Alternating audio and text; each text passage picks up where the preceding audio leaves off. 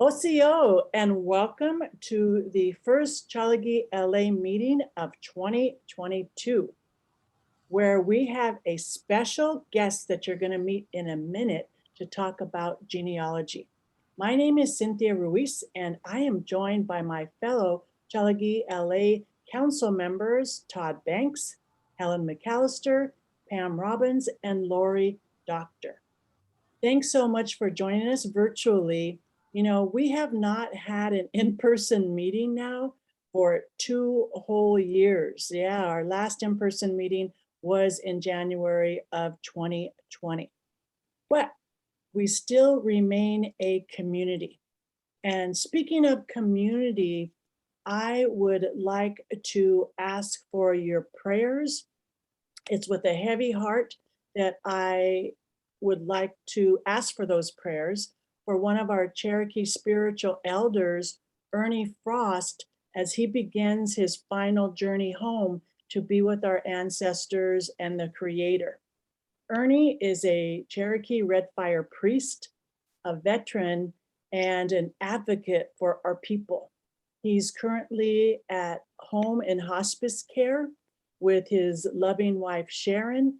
He lives in the Valley of the Seven Sacred Sisters, just outside of Tucson, Arizona.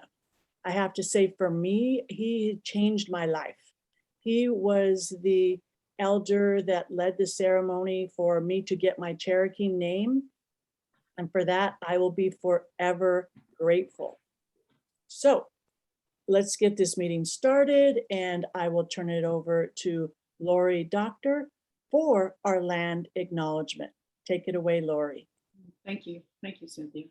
We're going to take this moment to recognize and acknowledge the Tongva people, the first people of this ancestral territory on which we're gathering here in Southern California, to honor and respect those indigenous people still connected to this land, to honor ourselves, our future and past generations, and to honor our Mother Earth. It's imperative that we commit to actions that serve to safeguard, to preserve, and to heal this treasured and essential land. Wado. I will move into our introduction to our speaker, Mr. Gene Norris. And he has quite a long bio, very impressive, and I'm going to touch on just some of it. And I'm sure that you'll also be impressed. Mr. Norris is currently the senior genealogist at the Cherokee National Research Center in Tahlequah, Oklahoma. He's been working as a genealogist for nearly 40 years and began his employment with Cherokee Heritage Center in 2003 as the senior genealogist, and continues in that capacity today at the newly established Cherokee National Research Center, which houses many of the Cherokee Nation's archives. He served on the board of the Oklahoma chapter of the National Trail of Tears Association. And as if he didn't have enough on his plate at the time, from 2003 to 2006, he taught the former Cherokee Nation history course to local communities within the Cherokee Nation. He's presented at many conferences and seminars over the span of his career, and we are very honored to have him here today. Thank you for being here. Gene, put the gene in genealogy. I will turn the meeting over to you. Thank you so much. All right, thanks, Lori. Thanks everyone for having me. Glad to be here. Yeah, it's kind of interesting in this new age of virtual everything. So it's nice though to be able to actually, even if it's virtual, to see other people. So we've just been open here at the new research center since December 8th. So we just are still working out the kinks. So we opened to the public on December 8th. And so it's been somewhat interesting, but again, like I said, we're working the kinks out. So we'll hopefully get that fine tuned as we go along. But it's nice to be in a nice place that's new and it's had that new smell when you walk in, like guitar. But one of the things my love, of course, is genealogy. I live and breathe it 24/7. I'm up till 2 a.m. and when I should be in bed, asleep, looking online. Of course, when I started this years ago, there was no internet, as we know. And so there's just all kinds of new things that are coming up online that just, you find something. I seem to find something new every time I get online. But one of the things I wanted to start out with is that everybody wants to know, is there a secret to doing Cherokee genealogy research? Is there a secret to researching my Cherokee ancestor? And the answer to that is no, there's no secret. You do it just like you do any other research when you're researching a ancestor, when you're trying to do a historical report for school. It's the same methodology. You're looking for sources, you're looking for documentation, and you're looking for anything that's going to verify and document someone's basically their existence. And so with researching a Cherokee ancestor, just like researching any background when you're doing it, and of course the number one rule, as everyone knows, is starting with yourself and working your way back. One thing that a lot of people are aware of or may not be aware of is that any record that we use to do or use for genealogy, we're not meant for that purpose. These records that we use had a specific purpose, and genealogy was not that number one purpose. What we use today to do research, population censuses, U.S. population censuses, birth certificates, death certificates, those had specific criteria and those were required.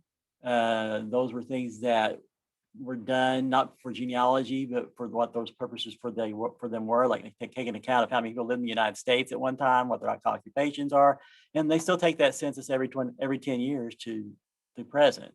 What is going to be, I'm looking forward to is in April, the 1950 U.S. Census is going to go public, and I think it's going to go immediately to digitization. And I'm sure it'll be available on ancestry.com. But the records that we use to do genealogy weren't meant for that. So that's why we found a lot of discrepancies when we're looking into our ancestral background, whether it be Cherokee or any other background. The other thing to keep in mind is that most records that post-date 1940 currently are not readily public. Most records that predate 1940 are. Once a person is deceased, your information goes public. And like with the population censuses, at one time, the United States deemed 72 years as the average lifespan of a person. And so every 72 years, like the census, the 1940 census came out in 2012, 72 years down the line. 50's coming out in April of this year. So we're looking for that. My dad and my mom will be on that census. So it should be interesting to see if my grandparents filled it out, for one thing. One of the things that we are relied upon too in doing this genealogy search, whether it be Cherokee or any background, is our ancestors are the ones that left these records behind. And that's one of the things that we tell people on a daily basis, is that we're relying on our ancestors to fill out the population census, to fill out the paperwork for whatever it is they were filing, where they asked their date of birth or their place of birth, and that kind of information that we want for our genealogy and our family history. Most records associated with the Cherokee are federal government related records. Everything that the United States did in regards to any indigenous people in the United States, for the most part, they called it a quote unquote roll, although they had specific purposes. Within the Cherokee Nation alone, there's over 39 rolls, various purposes, but they refer to those as that.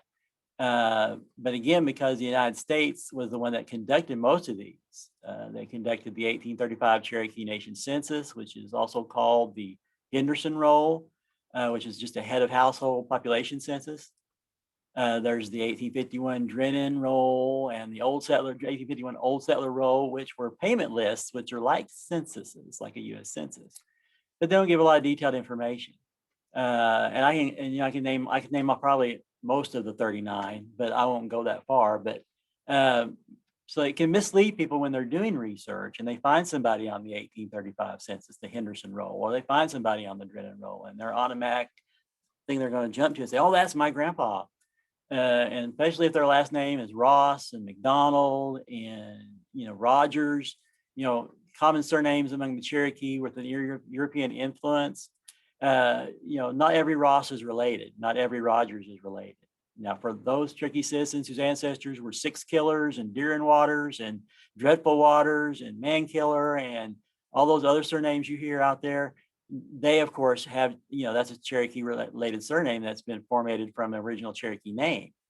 And then oftentimes, even in Cherokee, a lot of the names do not translate. Some are just their name in Cherokee, in the Cherokee language.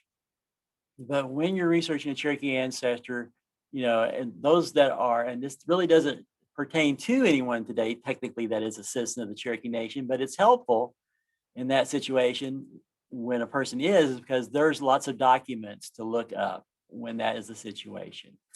When anyone today is a citizen of a tribal nation, because their ancestors are going to be on these federal government documents, records that they conducted, or even the tribe's own government, own documents.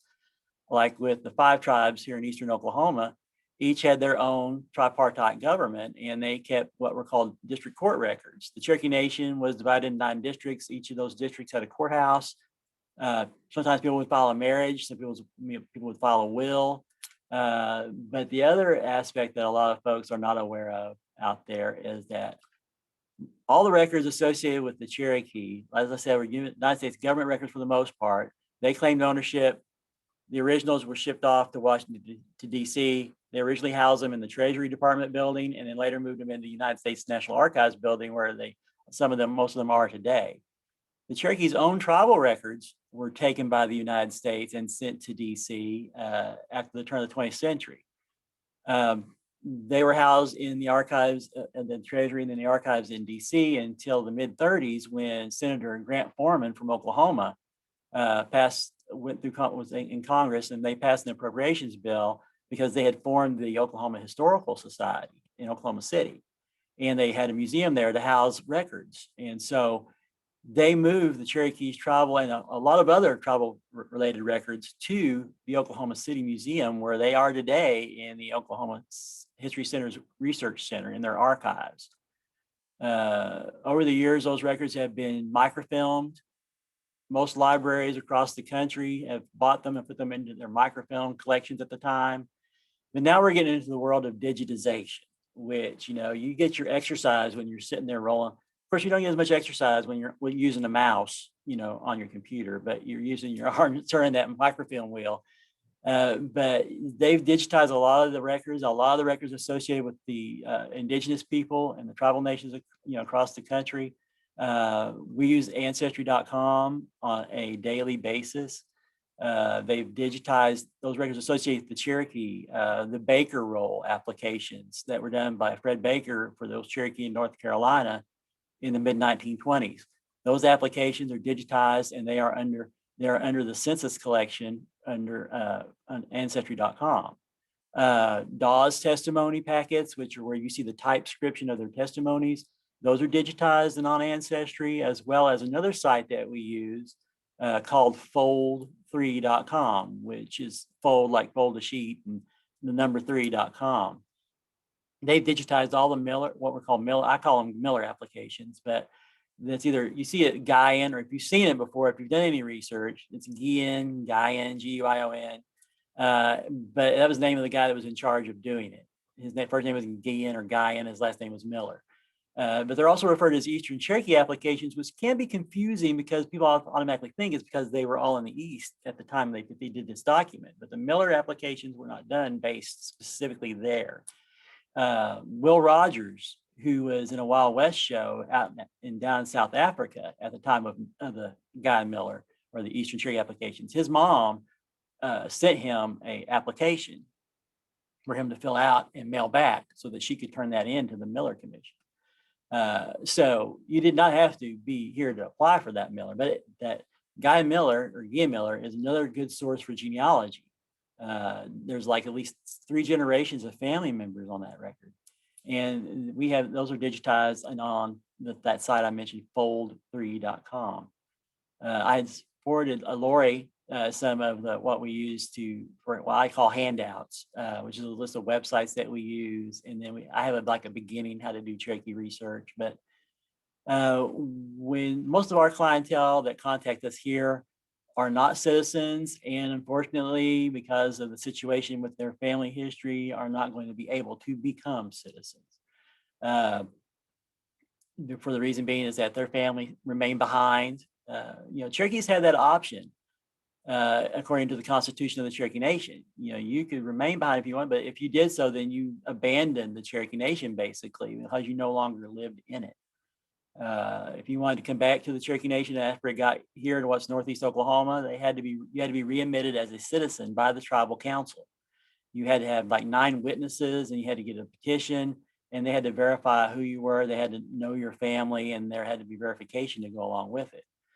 The Cherokee Nation established citizenship courts in the 1880s because they become overpopulated by non-Cherokee population, as most of the tribal nations here in West Oklahoma have become.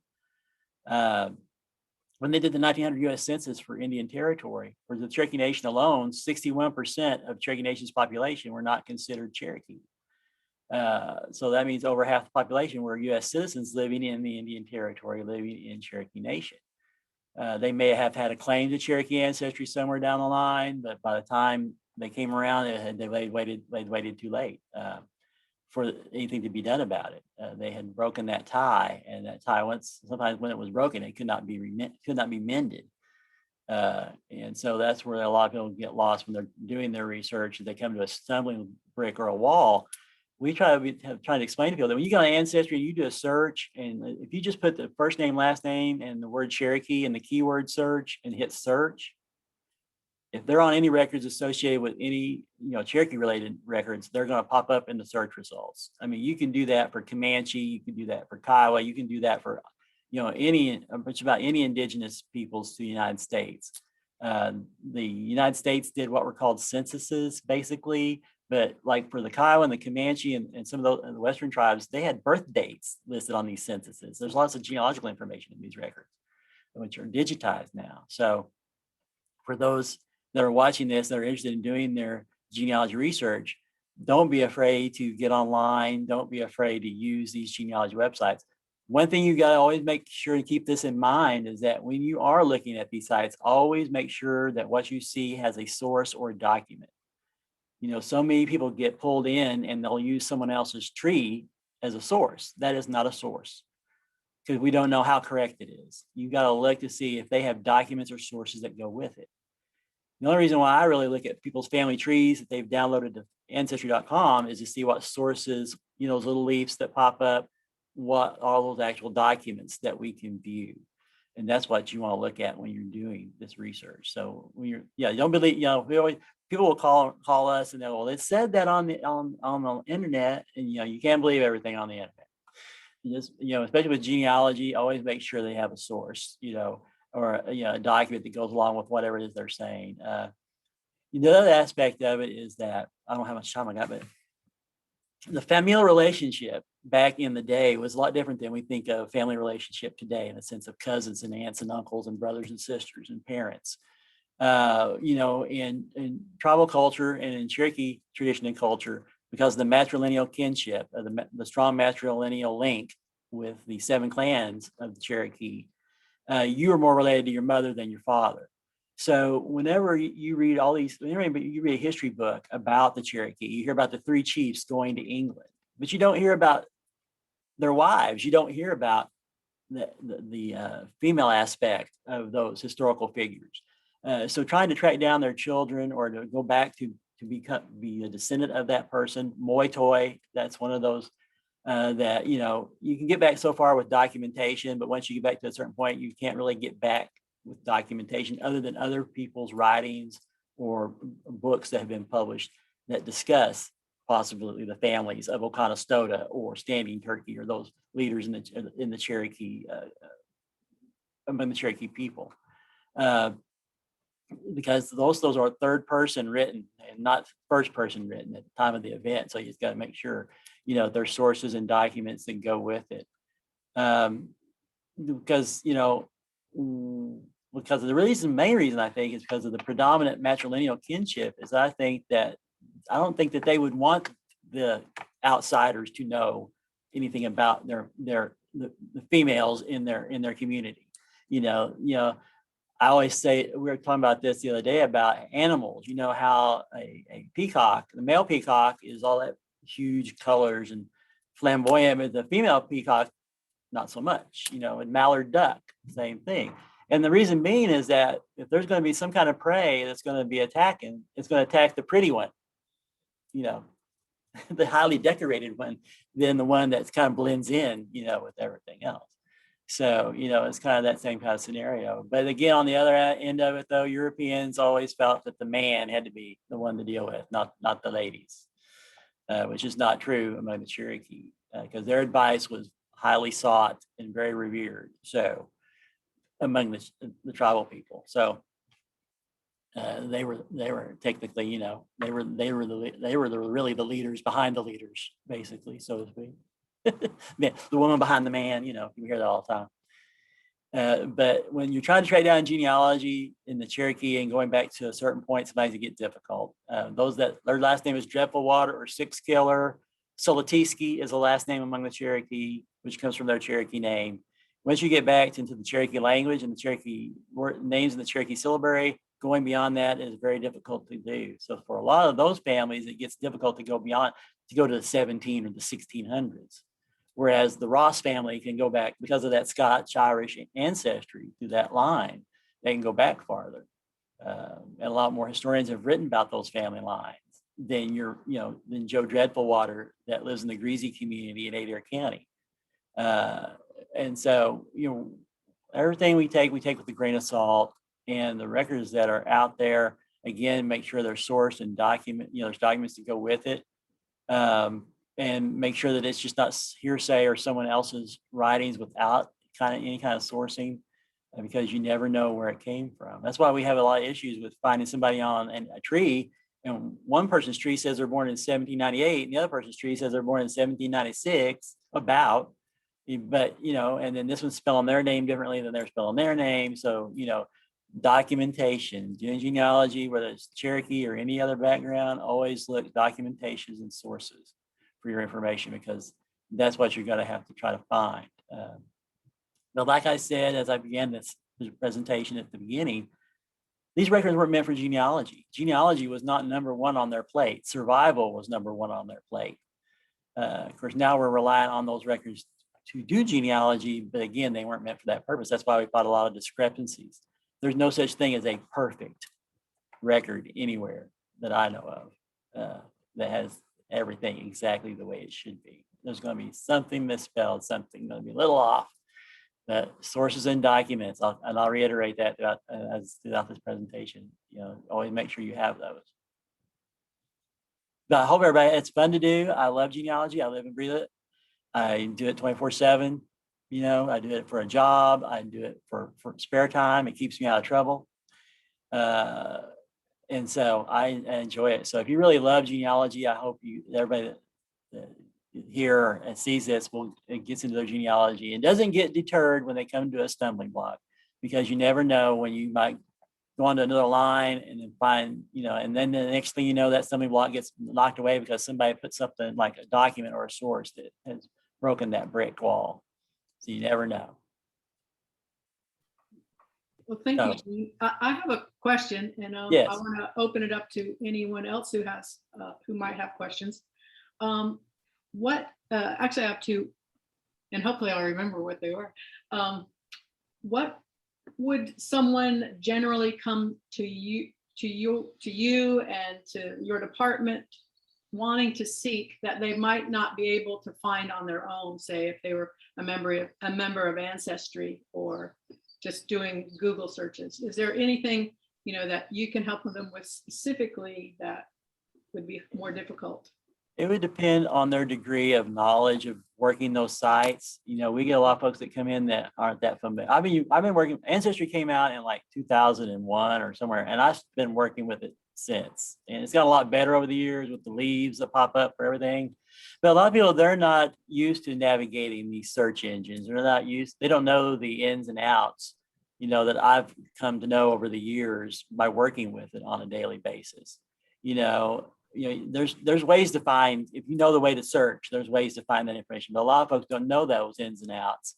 I think most of what they will get from us, if they contact us, is our knowledge and experience in doing this research. Because, I started out doing this as a novice. 20 or 40 years ago. I lose track of my time, but when I was 22, I had relatives that were around then that aren't here now, which if I waited till I would still do it now, they wouldn't be here for me to talk to and ask questions. So the folks that come to us, they really don't have a lot of that knowledge. They've just started. A lot of folks that contact us have been going to the nation to become citizens, but they don't meet the criteria, and they try to seek help to be able to meet that criteria. But I've been doing this long enough to know that when I get we have a form that someone fills out for us to do research, and we have them fill out to the best of their ability. But if I see where they were born, if they know the places, I can tell pretty much that they're not going to find them on Cherokee related records, because those were specific to a specific time period, to a specific location throughout history. Thank you. And I actually did remember my other question. I seem personally to be fascinated by the testimonials of the Cherokees. I guess Cherokees and others who they were interviewing, and then basically writing those interviews down. And my own, I guess it'd be my my grandfather.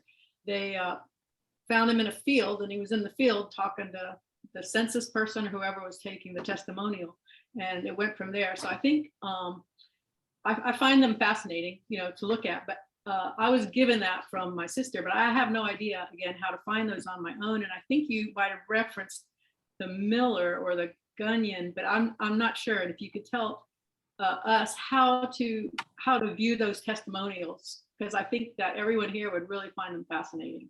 Well, the Dawes testimonials are on Ancestry. Like I said, if you do a first name, last name, and keyword Cherokee, those will pop up. They're under the collections of censuses, population censuses.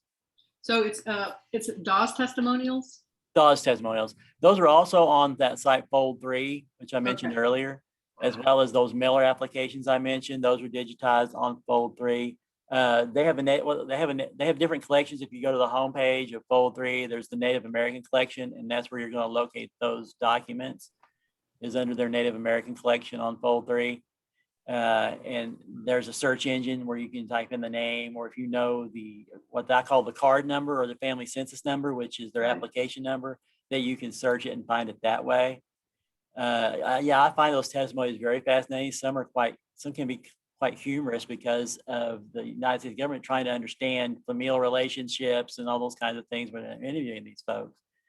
They're fine. They don't understand what the issue is, but that's what the Dawes Commission was the one basically having those types of issues. But in those testimonies, like with the Dawes, if you could not read, write, or speak Cherokee, you were considered incompetent to handle your own affairs, and you would have to have an interpreter to represent you when you went forward to the Dawes person.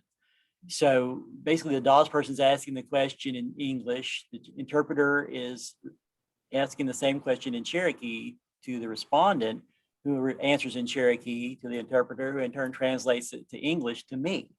So you can see where something might get lost in translation. The other thing is that if you were against, which a group of the Cherokee were against, Reverend Smith's followers, the traditional and cultural Cherokee of the nation, were against enrollment. So they would oftentimes have some outsider, another relative would apply for them, a neighbor that had known you for 20 years, even though you wouldn't come forward, they would come forward for you and answer questions about you personally to the Dawes Commission, and the Dawes Commission would take that as the word.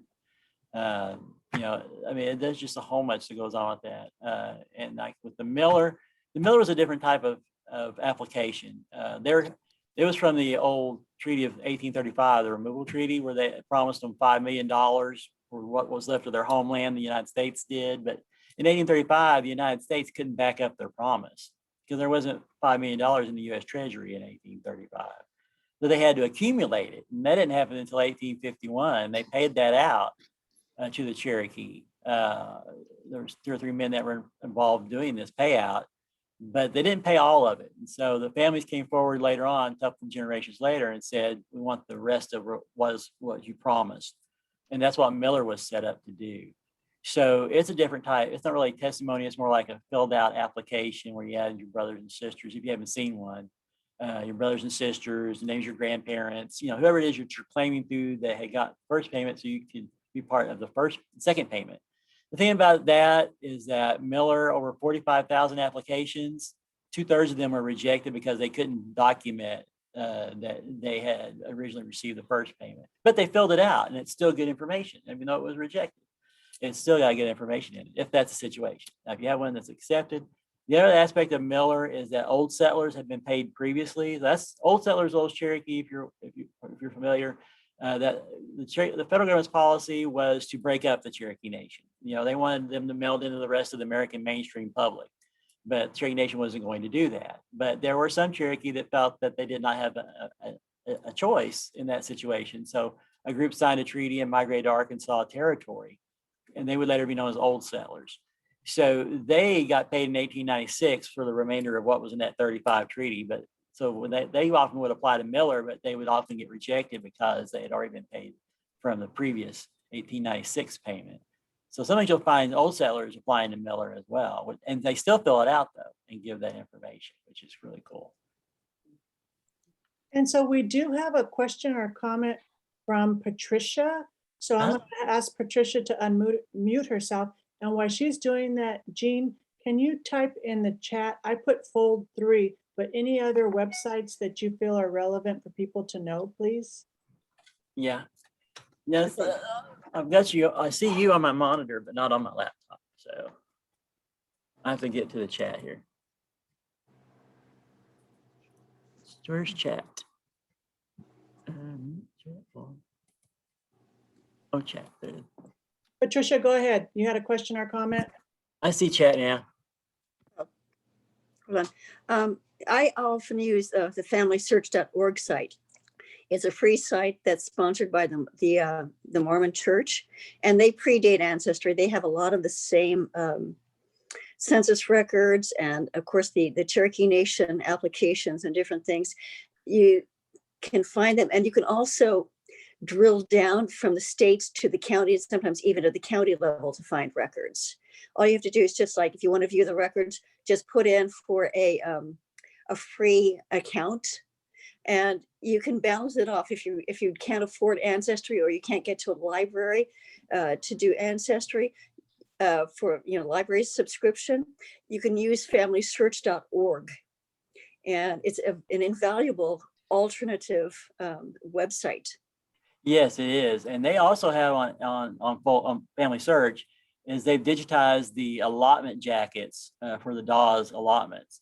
And those are digitized. And they also, there's an index to marriages on Ancestry, but Family Search has got the actual marriage license images for a lot of marriages, like Oklahoma. They also have Oklahoma school records on Family Search that include schools within the nations, which had Native population going to school in the public school system.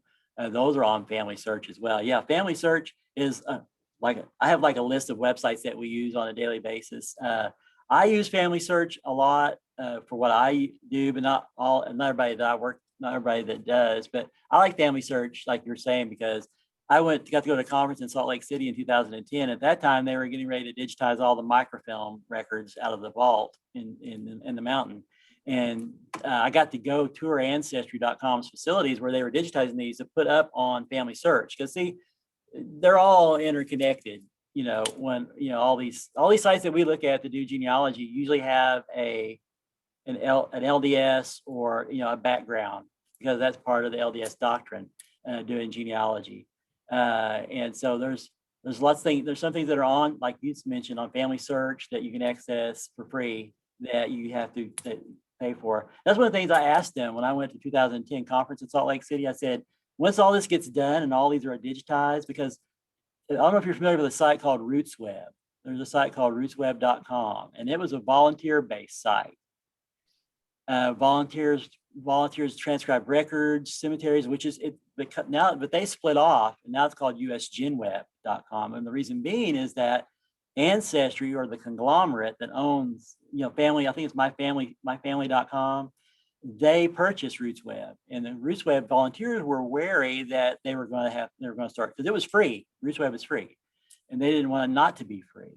And so I've noticed when I go back to the old RootsWeb, which is still available, it'll say RootsWeb / I forget what it says, but it's related to Ancestry because they own it or whatever. So those things that had been free on RootsWeb, now you got to go to Ancestry to pay to look at them.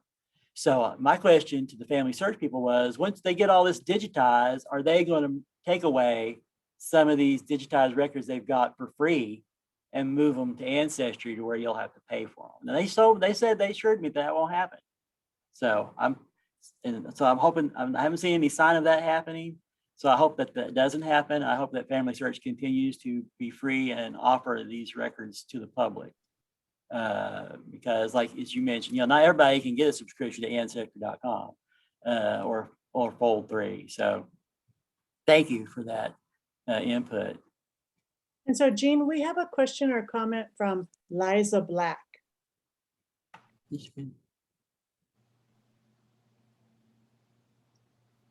Oh, Liza Black, everyone. Oh yeah, thanks for looking at those. I'm a professor, so it's very hard for me not to put information in the chat box. That's what I'm reading it right now. I was just putting links there for people because that's just what I do when I'm teaching. So That's okay. That's cool. I can't not do it. I should be typing them in there. But I did have a kind of a question, if that's okay. Go ahead. Like a real question, not a. So I'm a citizen of Cherokee Nation, so I'm not needing to do genealogy research for myself, but I am writing a book about missing and murdered Indigenous women.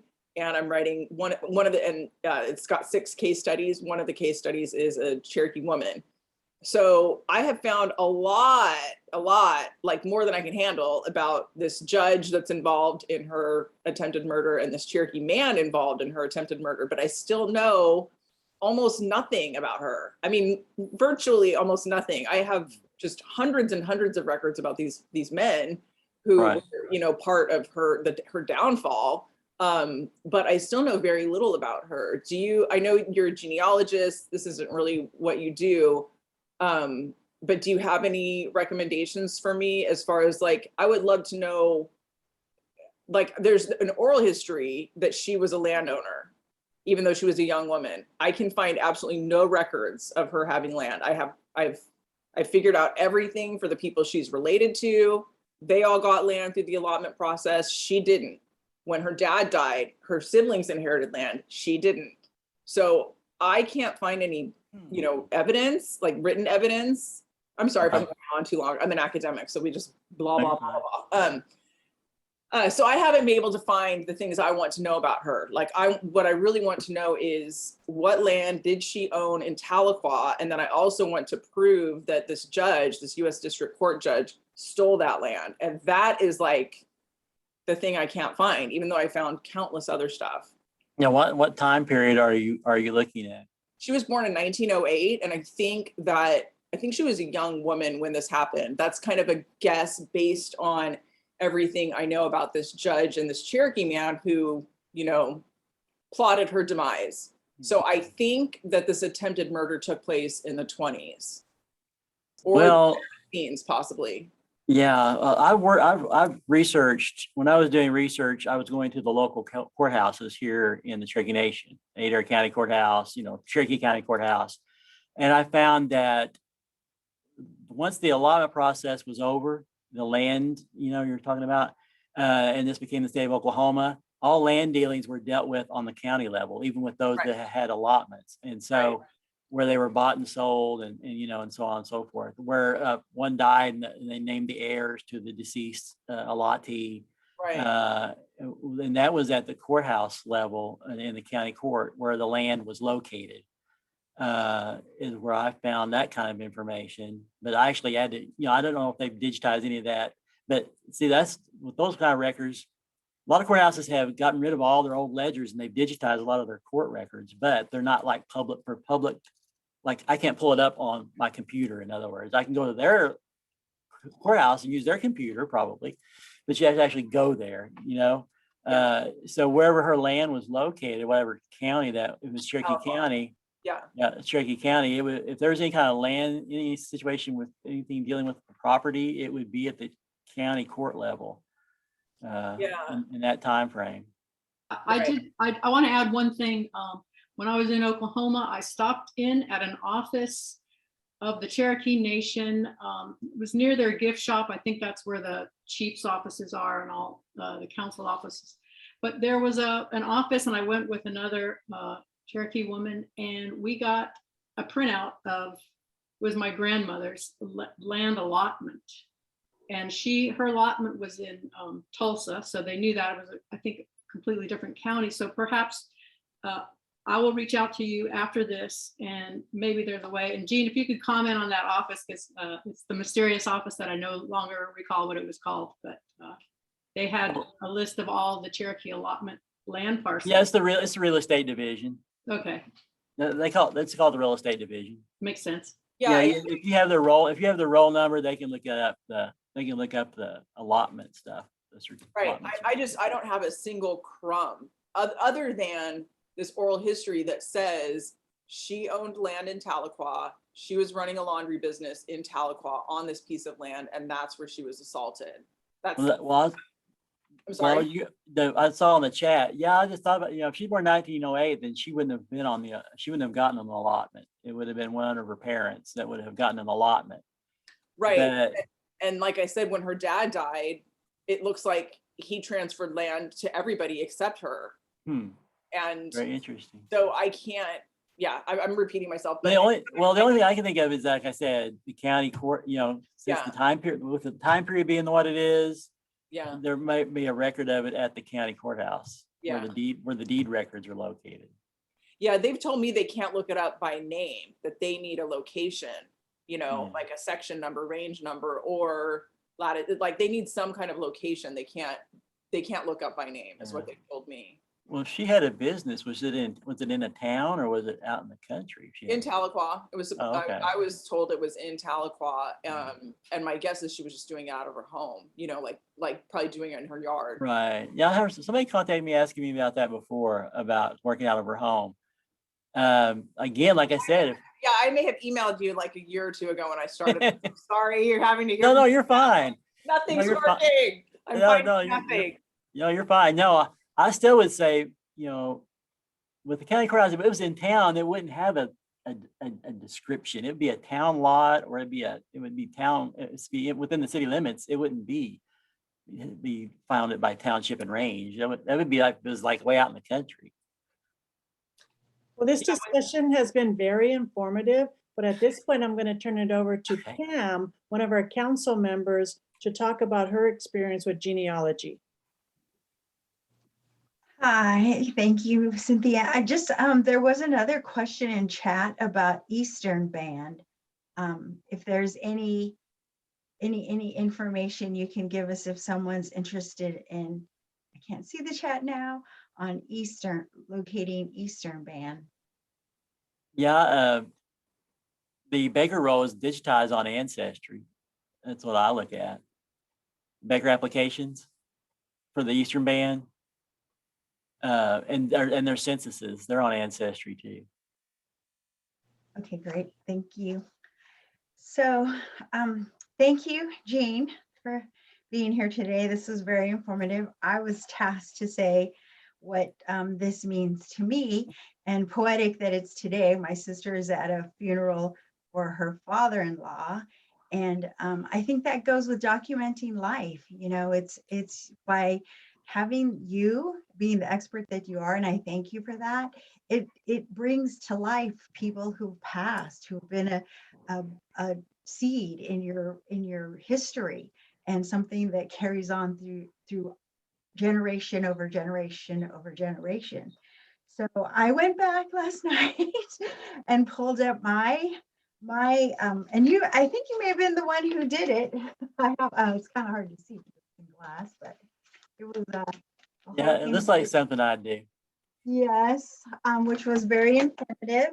And what I find fascinating about it now, as I did then when I received it, is that my earliest documentation of my ancestor is a person named Gerlawaski, who had a son named Joseph Locus, and it goes all the way back to 1820, which is 200 years ago, in Buffalo Town, Cherokee Nation, North Carolina.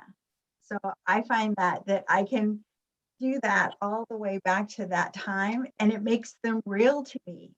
that this person was walking the streets in Cherokee Nation, Buffalo Town, which I don't know where that is now, but Buffalo Town is just incredible. And that I have, I go back 7 generations, me included, and it just step by step by step, all of my ancestors that have come before them and their survival, that I am standing here today because they were able to survive and endure disease and climate and hardships and suffering and all of that someone was able to keep going so that I would be here, my family would be here today.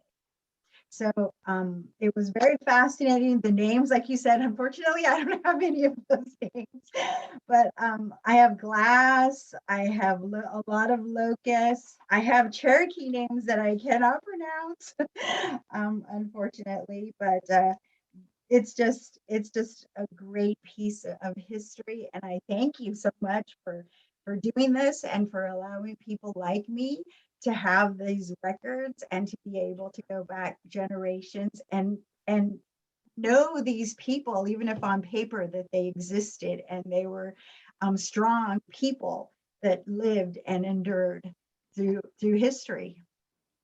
Thank you. That's what we're here for. So Yes. glad we can help. We're glad when we can help. I tell Charla Nofire, who is a genealogist that works with me, and I've said with my past genealogists that have worked with me, when we have a citizen that comes in that isn't a citizen that can become a citizen, we need bells and lights and balloons and confetti to fall out of the ceiling. Exactly. No, it's great. It's fascinating where they lived, in North Carolina, the names, that they had Cooey district in Cherokee Nation. You're close. Thank you. How is it said? It's Cooey. It's Cooey Scooey. Cooey Scooey district in the nation. Like I said, Buffalo Town, which I don't know where that is, but I'd love to visit because it seems to be the earliest recollection. And yeah, it's just it's fascinating. And what's really I can see in my notes things here where my family was born in Cherokee Nation in the North Carolinas, and then I can pinpoint the time where they passed away in Adair, Oklahoma. So I can see all that, which is, you can tell that they endured somehow. I don't know if it was the Trail of Tears or how they got there, but definitely that I can see who it was and who made that journey. Well, I'm very lucky that my aunt took all the time to do our family tree, and I think it goes back 8 generations. But with that, I'm going to turn it over to Todd. Todd, take it away. Hi, I just want to talk to you really quickly about our organization. I've got a page up here. Looks like it's backwards, right? All right, cool. No, it looks good. Really good. Okay, good. I'll go ahead and type this in, but I didn't know if this would show up if the chat would show up in the video later. But you can see there's our website where you can just click on Get in Touch, and you can download a membership, which is free. You can join our group. We will eventually meet in person again. This is coming into year 3 of the pandemic. So hopefully sometime in the future, we'll get together again. And then also our Gmail, which is CherokeeLosAngeles@gmail.com, or you can link with us on Facebook, which is Tsa-La-Gi or Cherokee Los Angeles on Facebook. And we would love to have you participate. So thank you so much for everything today. But if you want to be part of our community, and we would love to have you be part of that, please get in contact with us and we'll link up. Thank you. Okay, let's turn it over to Helen. And I also want to thank you for joining us, Mr. Norris, and for all of you that have joined today. And let us end our meeting in prayer.